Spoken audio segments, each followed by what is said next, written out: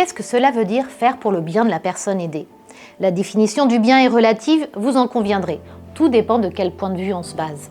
Dans une intervention récente, Roger Gilles rappelait combien il est bon de douter, d'être incertain ou insatisfait de la manière dont on accompagne une personne dépendante. Cette tension est pour lui à la base de la démarche éthique.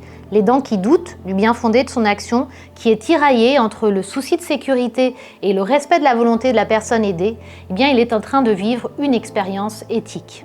Cette expérience est inconfortable pour l'aidant ou le soignant qui la vit. Ai-je réellement fait pour le mieux de la personne?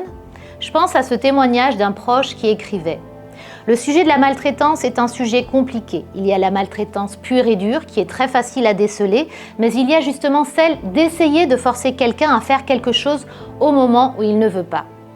Souvent, quand on perd son autonomie, on perd aussi sa tête. Et ce sont les autres qui prennent le relais de ce qui est bon pour nous. Et là, la difficulté est celle de savoir s'il faut imposer ou pas. Mais si on n'impose jamais, rien ne se fait.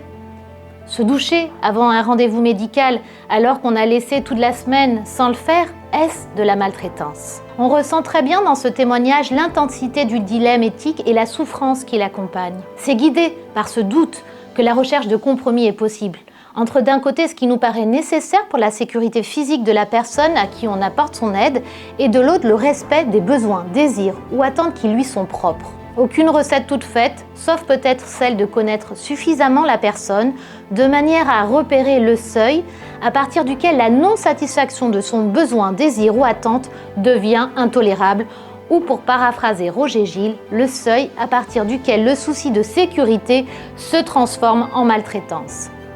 Liberté d'aller et venir, vie affective et sexuelle, refus d'aide, sur tous ces sujets, il est central de réfléchir ensemble, comme l'ont fait Déborah et Marie de l'agence O2 de Poitiers lors de la table ronde intitulée « La liberté et la sécurité, dépendance, démence, quelles limites au respect du libre choix à l'hôpital, à l'EHPAD et à domicile ».